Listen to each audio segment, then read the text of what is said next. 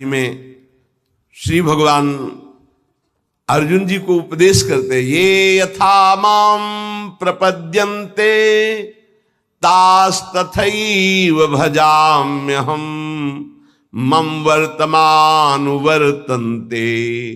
मनुष्याः पार्थ सर्वशः।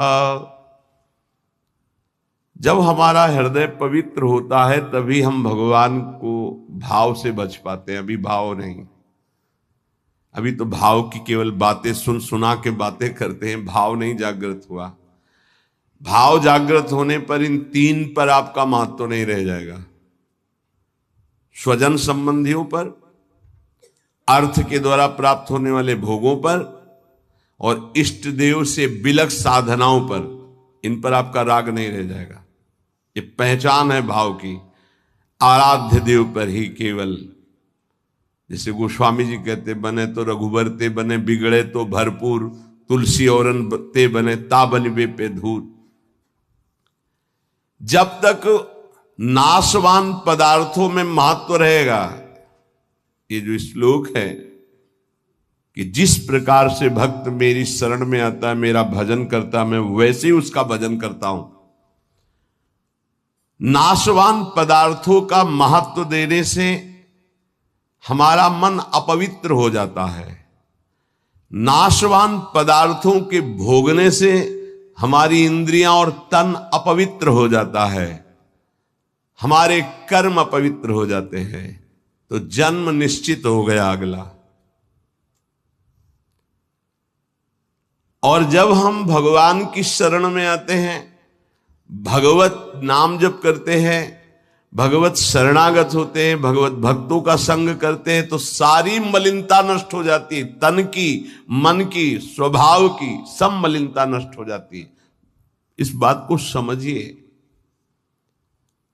शरीर, इंद्रियां, मन, बुद्धि, पद, योग्यता, अधिकार, धन, जमीन, जितनी भी ये सब हैं, इनमें रुचि, आसक्ति, ये तुम्हारे मन को पवित्र कर देगी, तन को अपवित्र कर देगी, स्वभाव को अपवित्र कर देगी।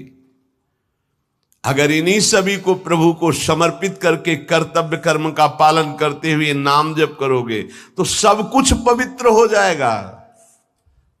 जैसे जड़ मिठाई कभी ऐसे लगाने वाली नहीं होती, लेकिन जब प्रभु को अर्पित करते तो प्रसाद हो जाती है। मांग करके किनका मिलता है तो बड़ा आनंद का अनुभव होता है, मेरे प्रभु का प्रसाद है। ऐसे ही शरीर, इंद्रिया, मन, बुद्धि, पद, योग्यता, अधिकार, धन, जमीन, जो कुछ भी है उसे प्रभु को अर्पित करके अपने कर्तव्य का पालन करते हुए जो नाम जप करता है, उसका तन पवित्र, उसका मन पवित्र, उसका स्वभाव पवित्र, उसकी सब वस्तुएं पवित्र हो जाती है। अब तो वैसी निष्ठा नहीं दिखाई दे रही है, होगी किसी के अंदर।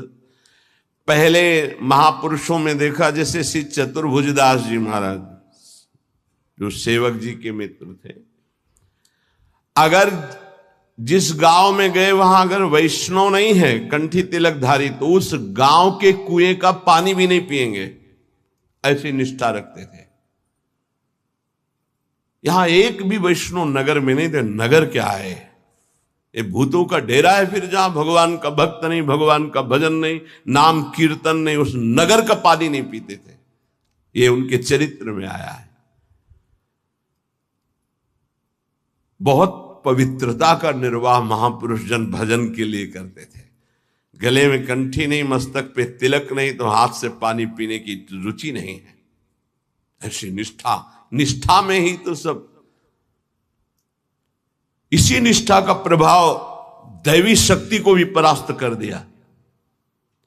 एक दिन एक नगर से निकल रहे थे तो देखा एक आदमी चिल्ला रहा था, रो रहा था, उसके हाथ पीछे बंधे हुए थे और बड़ा ढोल नगाड़ा बज रहा था, उसको घसीटते हुए ले जा रहे थे। चतुर्भुज दास जी मंडली के सहित मुरली मनोहर अपने ठाकुर को लेकर, मुरलीधर को, वो विचरण करते थे। तो उन्होंने लोगों से पूछा, ये आदमी इतना त्राहिमाम बोल रहा है, इसका कोई साथ क्यों नहीं दे रहा है, इसको क्या? तो बोले ये देवी के बलि चढ़ाने के लिए ले जाया। देवी की बलि? कहाँ है मंदिर? गांव के बाहर है। वाघ पहले उसको रोकवा दिया, इतना भजन का तेज था। उन्होंने रुकवा दिया और दरवाजे पे गए और कहा कि तुम मां हो? कैसी मां हो जो तुम अपने बच्चों की हत्या करवाकर मुस्कुराना सीखती हो? तुम मां हो, इसका मतलब है तुम्हारे अंदर ममत्व नष्ट हो चुका है। चाहे कोई भी सृष्टि का जीव हो, वो तुम्हारा बेटा होता है। कुपुत्रो जायते क्वचित कुमाता न भवति। ये कैसा न्याय आपका कि आपके सामने आपके बेटे को बंदी बनाकर बलि दिया जा रहा हो, आप प्रसन्न मुद्रा में हो। वहां के पुजारी ने कहा आप अंदर नहीं घुस सकते। बोले ये अंदर नहीं रह सकते। अब ठाकुर जी को साथ लेके तो देवी जी बाहर निकल आए, ठाकुर जी को सिंहासन पे विराजमान किया। उनके भागवतिक वैष्णव तेज भजन के प्रताप से लिखा हुआ है भक्तमाल जी में भी, जहां भी उनका चरित्र चतुर्भुज दास जी का, ऐसे हरिव्यास देवाचार्य जी। तो देवी जी ने कहा क्या आदेश है हमारे लिए?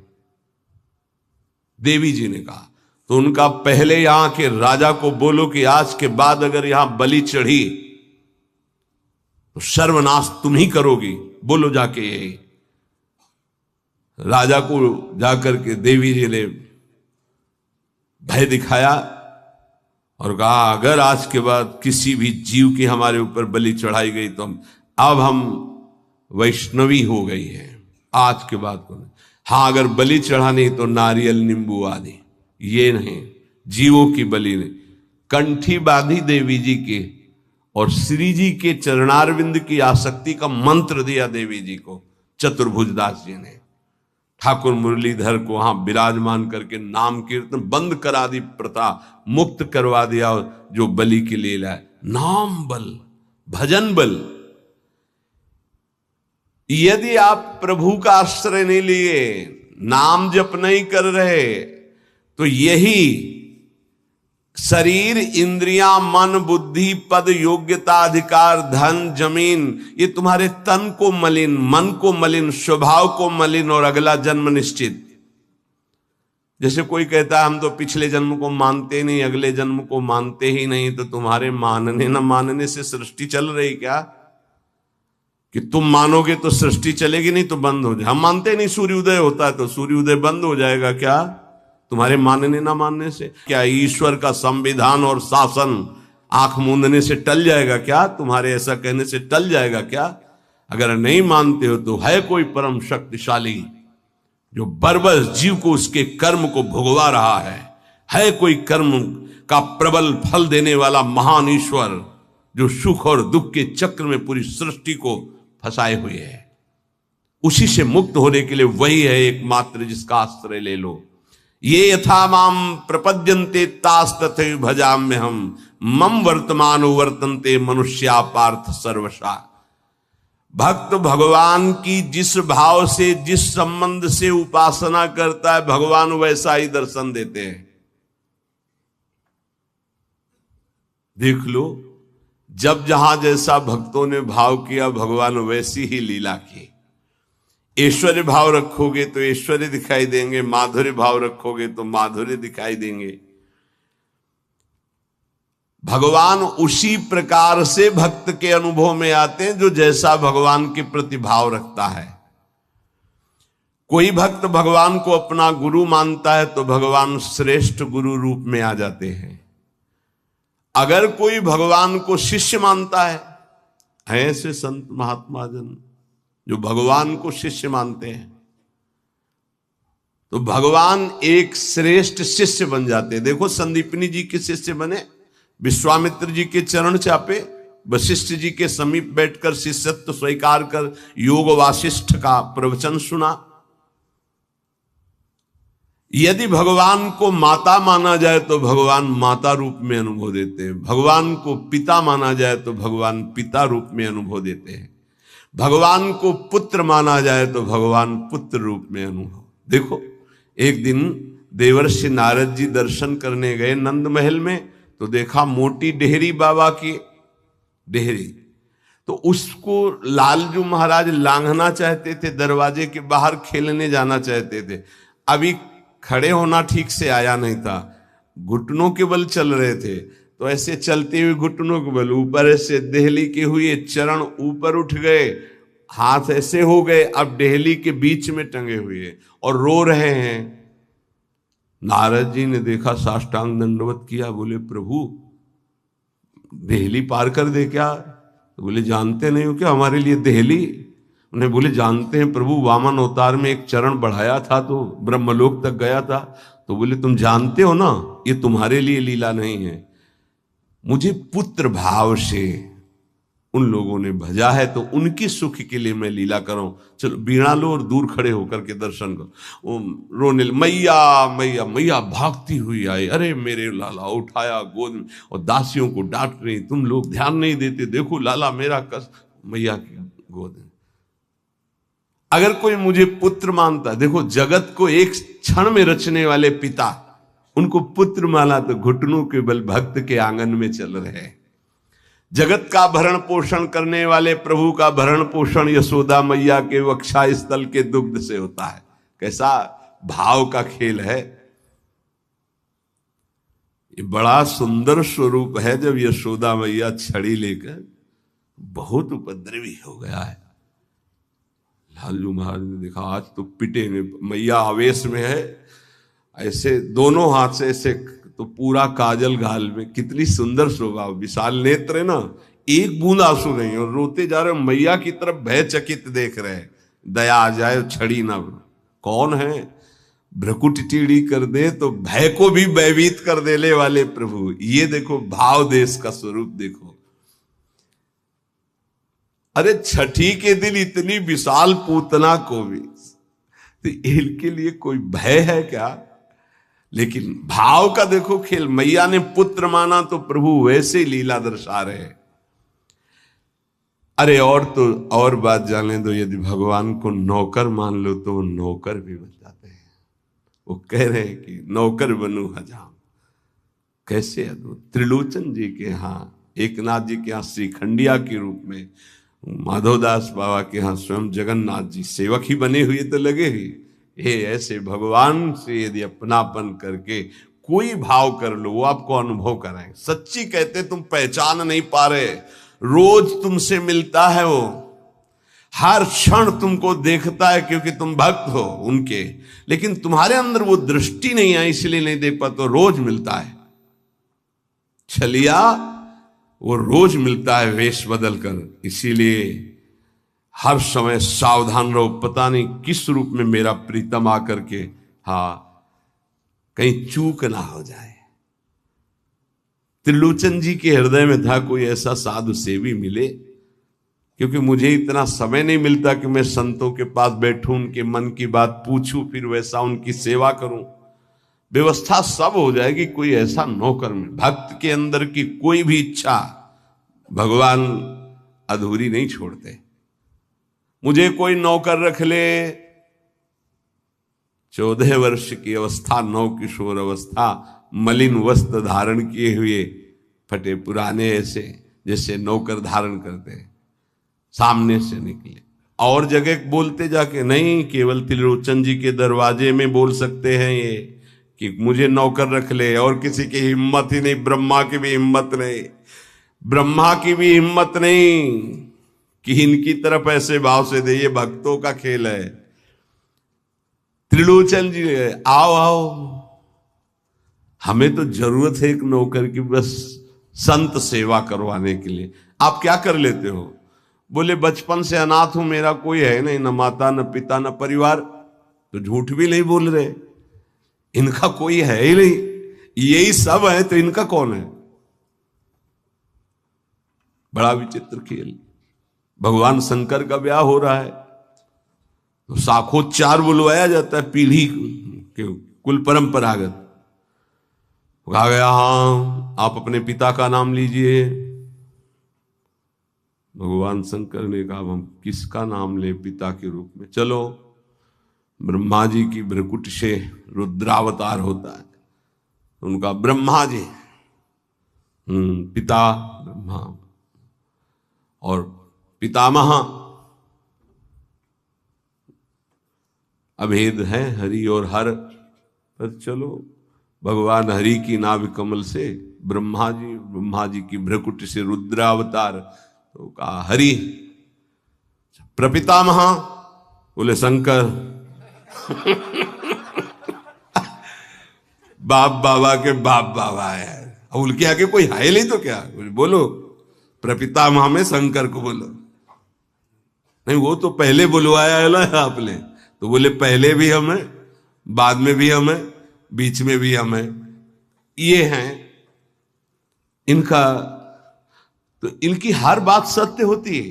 कह रहे हैं कि मैं अनाथ हूं, क्यों? ये सबके दीनानाथ हैं, इनका नाथ कौन हो सकता है? मेरे परिवार में कोई नहीं है, क्योंकि यही सबके परिवार है, इनका परिवार कौन? चराचर जगत वही खुद बने हुए हैं। मेरे माता पिता ने, क्योंकि सबके माता पिता है। अच्छा, तो बचपन से हमको सेवा में बड़ी प्रवीणता है, हर कला हमको आती, पर साधु सेवा विशेष हमें रुचिकर है। अच्छा, तो तुम भोजन बना लेते हो? बोले एक बार बनवा दो, अगर संत अंगुली न चाटे तो बताना, इतना सुंदर। तो फीस क्या लोगे? पेमेंट क्या है आपकी? पेमेंट तो हम पैसे तो लेते नहीं, हमारी रुचि नहीं रहती पैसे में। लक्ष्मी जी चरण चापती, भगवान उधर नहीं देखते। नहीं तो आप कुछ तो होगी। बोले हाँ, थोड़ा भोजन ज्यादा पाते हैं हम। जितना हम भोजन पाएंगे तुम्हारी पत्नी पीसेगी, उसी के हाथ का पिसा पाएंगे, वही हमारे लिए बनाएगी। और 1000 संत आ जाएंगे, उनकी व्यवस्था हम करेंगे, तुम निश्चिंत रहो, कभी शिकायत नहीं मिलेगी। पत्नी से कहा समस्या का समाधान तुम ही हो। तो उनका कितना, आधा किलो आटे की रोटी पाएंगे। तो उनका इस भूल में मत रहना, अगर हम भरपेट पाएंगे तो 3-4 किलो तक पहुंच सकता है, हमें पीसना पड़ेगा। बोले शर्त है, अगर इतना कर सकती हो तो। और कभी किसी से कहोगी नहीं, अगर कह दिया तो फिर मैं नौकरी में नहीं रहूंगा। त्रिलोचन जी ने पत्नी से कहा, बहुत सेवा की भावना हमारे अंदर थी, ये पुष्ट हो जाएगी इससे, तुम इतना स्वीकार कर लो। ठीक है, दोनों टाइम का भोजन हम बना के पीस के तुम्हें पवाएंगी, और तुम संत सेवा। भगवान जैसे किसी के मन में चल रहा है कि आज बढ़िया कढ़ी बनती है ऐसी ऐसी, तो भगवान वैसे ही बना के सबकी सेवा में रत। अब तो वहां संत समाज आती, खूब नाम कीर्तन, खूब कथा। त्रिलोचन जी निहाल हो गए कि मुझे, और नाम पूछा तुम्हारा नाम क्या है? तो बोले अंतर्यामी। अंतर्यामी, जब से अंतर्यामी ये सेवक पधारा, तब से जो संत सेवा हुई, मन नाच पड़ा। भगवान को बार बार धन्यवाद देते, प्रभु ऐसा सेवक भेज दिया। और ये नहीं समझ पा रहे थे कि जिनको धन्यवाद दे रहे वही है। अब सुबह का पीसना 10 बजे तक पीस कर बना के खवाया, बर्तन मांजा, शाम के फिर पीसने का नंबर, क्योंकि उतना ही पाना है। वर्ष भर हो गया, कहीं जाने को नहीं मिला। एक दिन आया कि दोपहर थोड़ा समय में तो निकले, बगल में पड़ोसन मित्र थी उसके, वो गए। तो उन्होंने कहा कि बहन बहुत दुबली हो रही हो, कुछ बात तो है ही है। और माताओं बहनों का एक बड़ा विचित्र चरित्र है, वो यही कहेंगे, कहना नहीं किसी से, पूरी बात ऐसे फैल जाएगी, क्योंकि महाराज ये स्वभाव रखा गया है। महाराज युधिष्ठिर जी ने ये शाप दे दिया था। जब सबको अर्घ दान दिया जा रहा था, तो माता कुंती ने कहा कि बेटा कर्ण को भी अर्घ दान दे दीजिए, जो पित्त तर्पण आदि के मंत्रों द्वारा। तो उनका उसके कारण ही पूरे वंश का, कौरवों के विनाश हो गया। अगर वो साथ ना देता तो कभी हमसे युद्ध ही नहीं होता। ऐसे विपक्षी के लिए आप कैसे बोल दिए कि आप उसको पित्त तर्पण करो इस समय? माता आपकी बुद्धि कैसा निर्णय कर रही है? ऐसे धूर्त को तुम कह रहे हो कि मैं, जो द्रौपदी के लिए गंदे वचन बोला, जिसके बल से बलवान होकर दुर्योधन ने युद्ध किया, न जाने क्या क्या कष्ट सहना पड़ा। तो उनका बेटा तुमसे छुपाया था एक बात है। क्या? वो तुम्हारा बड़ा भाई है। कर्ण मेरा बड़ा भाई? तब उन्होंने कहा, मां अगर तुम इतना कह देती तो मैं पैर छूकर जे ही उसके सामने झुकता तो पूरा बच जाता, राज समाज नहीं मारा जाता। क्योंकि उसी के बल से दुर्योधन बलवान होकर लड़ रहा था। हमें कोई वैर होता ही नहीं। जब कर्ण को हम अपना राज्य दे देते तो दुर्योधन का मित्र ही था, कोई झगड़ा ही नहीं होता। मां ये बात पहले क्यों नहीं बताई? आज से मैं शाप देता हूं, कोई भी विशेष गुप्त बात माताओं के हृदय में न टिके। संसारिक बात की क्षमता को सह पाना कोई महाभागवत की ही बात है। तो उन्होंने कहा कि कहना नहीं। मैं बोले दीदी तुम विश्वास मानो, कभी कहा है हमने? माताओं बहनों की जो चर्चाएं होती हैं वो बड़ी गूढ़ चर्चाएं होती हैं। हाँ, आपस में। बोले एक नौकर आया है, बस कहना नहीं। बोले नहीं, किसी से नहीं। एक नौकर आया है, वो बहुत सेवा करता है पर खाता बहुत है, और उसको बना बना के हम ही को खवाना होता है, इसलिए हम दुबली भी हो गए, तुमसे मिलने भी नहीं आ पाए। लेकिन कहना नहीं, वो चला जाएगा। जब लौट के आई तो हाँ नहीं थे, अंतर्यामी भगवान नहीं। त्रिलोचन जी तो हाँ अंतर्यामी कहाँ गए, खूब ढूंढा नहीं मिले, बहुत विकल होके रो रहे थे। उसी समय उसी रूप में भगवान प्रकट हुए। मालिक, अरे अंतर्यामी, जो ही नजदीक जाने की कोशिश तो देखा ललित त्रिभंगी भगवान से। प्रभु आप? बोले मैं ही तो था, तुम क्या समझते तुम्हारा कोई और नौकर था? मैं ही नौकर था। मैं तुम्हारी इच्छा की पूर्ति के लिए स्वयं नौकर बना हुआ। अगर आपका भाव बन जाए भगवान के प्रति तो भगवान नौकर बन जाए। देख लो, जहां अर्जुन जी की पादुकाएं हैं वहां भगवान बैठे हैं, और जहां भगवान की पादुकाएं रखने की चौकी होती वहां भगवान शंकर सनकादि नमन करते हैं। शिव सनकादि जहां वंदना करते हैं, जिनकी चरण रखने की चौकी में, वो भगवान वहां बैठे हैं सारथी पद पे, और रथी रूप में अर्जुन भक्त बैठा है। कैसी प्रभु तर उतर कपि डार पर है, प्रभु ऐसे बैठे हैं और सब ऊपर बैठे, डाल में बैठे। प्रभु तरुतर कपि डाल पर देखिए आप। बड़ा विचित्र भगवान का कृपा प्रसाद है। जो भगवान को दोस्त मानता है तो भगवान दोस्त बन जाते हैं। जो भगवान के लिए जितना व्याकुल होता है भगवान उसके लिए उतना व्याकुल होते हैं। भगवान भक्त के बिना तभी नहीं रहते जब भक्त भगवान के बिना नहीं रह सकता। ये ध्यान रखना। आप जी रहे हो अच्छे से, वो छुपे हुए हैं। जिस दिन आप व्याकुल हो जाओगे वो छुप नहीं पाएंगे। वो बड़े प्रेमी हैं, तत्काल आपका साक्षात्कार हो जाएगा। भगवान श्री कृष्ण चंद्रजू कहते हैं मुझे जो जिस भाव से भजता है। देखो अभी क्या भाव से भज रहे हो? अब भी भज रहे हो विषय भाव से, भोग भाव से। जिस भाव को आप, तो वही श्री कृष्ण बने हुए। सच्ची बात मान लो, उनके सिवा कोई नहीं बना होगा। वही है मत्ता परतरम नान्यत किंचित अस्ति धनंजय, किंचन मात्र हे धनंजय, मेरे सिवा कुछ नहीं है। इसलिए आप भगवान से अपनापन कीजिए। जो वस्तु चाहोगे वो बन करके आपके समीप आ जाएंगे। वही है वस्तु में, व्यक्ति में, स्थान में। देखो वही बनने वाले हैं, वही बनाने वाले हैं। जो वस्तु बनी वही बने हैं। पक्का समझिए।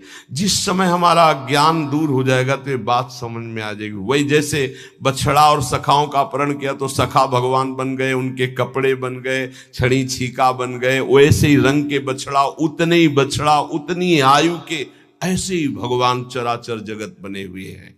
इसलिए हमारे अंदर भगवत भाव जागृत हो जाए तो निष्ठापूर्वक नाम जप करें, और तन मन की अपवित्रता को दूर करने के लिए कर्तव्य कर्म, जो हमें कर्तव्य कर्म भगवान की सृष्टि में मिला है उसे करके भगवान को अर्पित करें। खूब नाम जप करें, जीवन की इसी में सार्थकता है। शेष चर्चा आगे।